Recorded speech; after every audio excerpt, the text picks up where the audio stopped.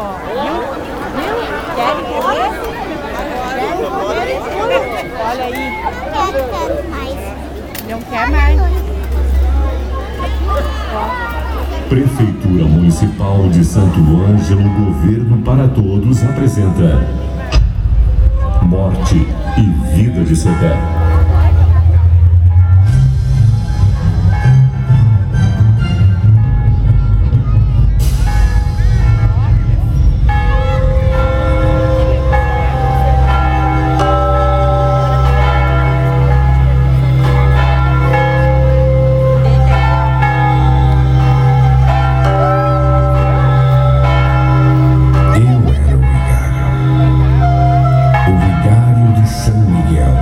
Naqueles terríveis anos de 1750, as coroas de Espanha e Portugal guerreavam pela posse da fortaleza da colônia do Sacramento. Depois de tanto sangue derramado, resolveram a questão com o absurdo e impensado Tratado de Madrid. A colônia do Sacramento passaria para a Espanha e, em troca, Portugal receberia todos os nossos 7 povos. Essa decisão extremamente funesta e dolorosa para os índios das missões chegou até os 7 povos como uma ordem de desocupação imediata. Eu não sabia como dizer isso aos Guaranis de São Miguel.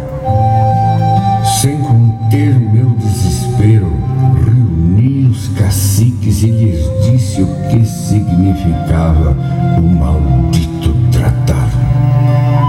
Que tínhamos que abandonar nossas revoluções, nossos templos, nossas casas, campos cobertos de gado, lavouras de algodão, trigo e milho, nossos ervais, nossos rios e nossas florestas, partindo com mulheres, crianças, velhos e doentes e o que pudéssemos levar para o outro lado do rio Uruguai, em local incerto e inóspito. Alguns caciques choravam. Outros não acreditavam no que eu dizia, mas um deles, Tiaraju, que eu bem conhecia pelo lunar que havia em sua testa, lançou um grito de revolta, raiva e ódio que ecoou em todas as missões.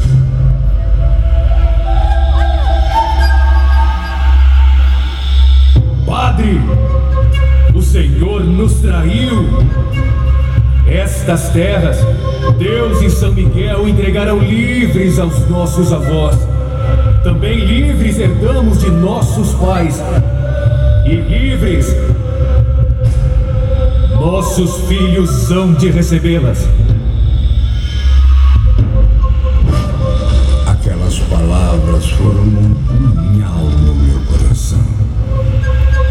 E nunca mais pudemos conter a revolta dos Guaranis, nascida do grito daquele alferes da redução de São Miguel, chamado José de Araju, o Cepé. Em fevereiro de 1753, uma comissão de demarcação do Tratado de Madrid chegava a Santa Tecla. E lá estava Cepé com 60 índios, impedindo que prosseguissem a demarcação, ameaçando atacá-los se dessem um só passo à frente. Voltem, invasores, e digam a vossos chefes que não permitiremos a entrega de nossas terras. Esta terra tem dono. Em março de 1754, diante de ataques comandados por Sepete Araju contra o forte português de Rio Pardo, as forças de Espanha e Portugal decidiram impor o Tratado de Madrid com as armas. O general José Donegui, comandante do exército de Espanha, atacaria a redução de São Borja pelo sul, e o general Gomes Freire de Andrada, comandante das forças de Portugal, atacaria a redução de Santo Ângelo pelo norte. Ambos fracassaram diante das investidas dos guaranis, que incendiavam os campos e recolhiam o gado que alimentaria os exércitos. Com os campos devastados pelos incêndios, pelo rigoroso inverno e invencíveis enchentes, os 4.000 soldados dos dois exércitos tiveram que voltar às suas bases.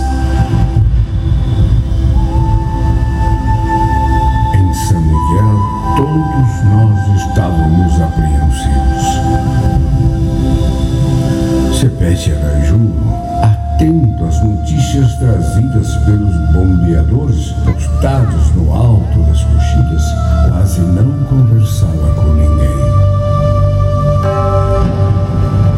O Natal e as festas do fim do ano de 1755 já não tiveram a pompa e a alegria de sempre. Havia um clima de revolta e de tristeza no ar. E os sinos da igreja pareciam mais distantes. Nós, os padres, não sabíamos o que fazer. Pressentimentos amargos vindos do sul ruíam a alma dos missioneiros. E Sepé espreitava os céus enquanto remoía planos de combate. Em janeiro de 1756, Gomes Freire de Andrada e José Donegui resolveram invadir as missões juntando suas forças num só exército.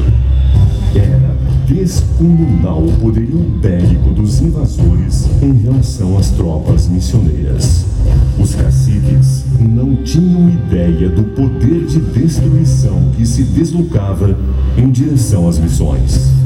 4.000 soldados com treinada cavalaria e infantaria armadas e municiadas, artilharia com pesados canhões com enorme poder de fogo, milhares de cavalos e outro tanto de bois de corte e de trabalho, 600 carretas e trens de combate.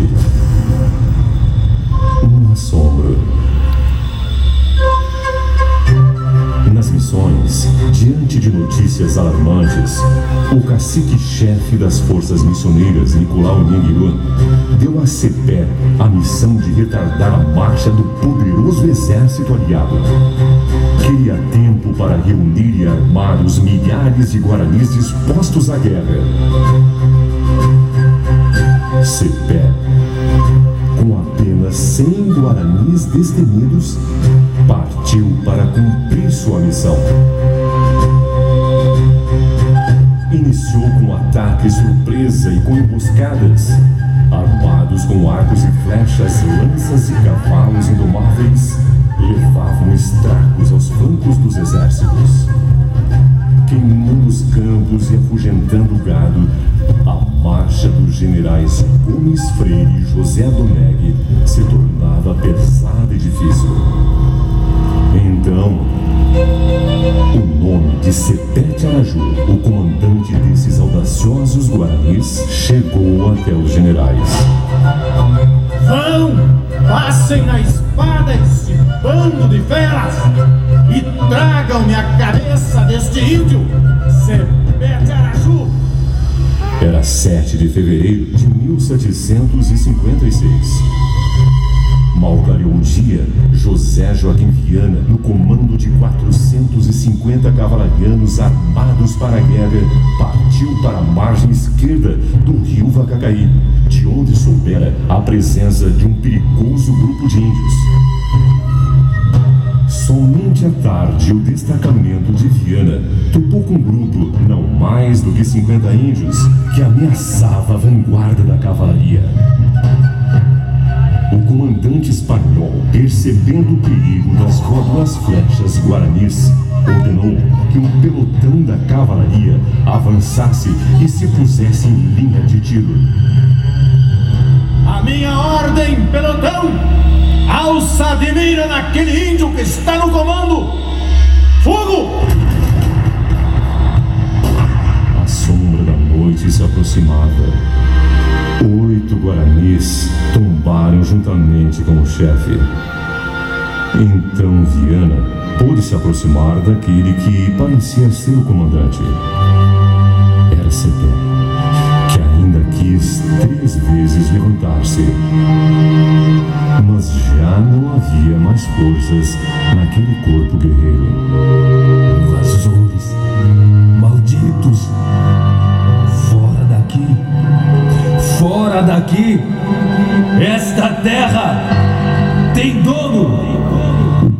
O comandante Viana, do alto do seu cavalo, temendo ainda aquele índio valente que agonizava, quis dar um fim ao seu temor. Com um tiro ao var, a pouca distância, fechava a página do mais audacioso e valente dos guaranis missioneiros. Cepé estava morto. A notícia da morte de Cepé prostrou a todos em São Miguel. As orações se misturavam com as lágrimas e o medo. Dias depois, começaram a chegar os índios feridos com a pior notícia que nos reservara a guerra. Mais de 1.500 guaranis haviam sido mortos em Caiboté. Foram dias terríveis para todos. Famílias inteiras fugiram desesperadas para as matas, ateando fogo em suas casas e lavouras. E todas as missões dos 7 povos caíram nas mãos dos exércitos.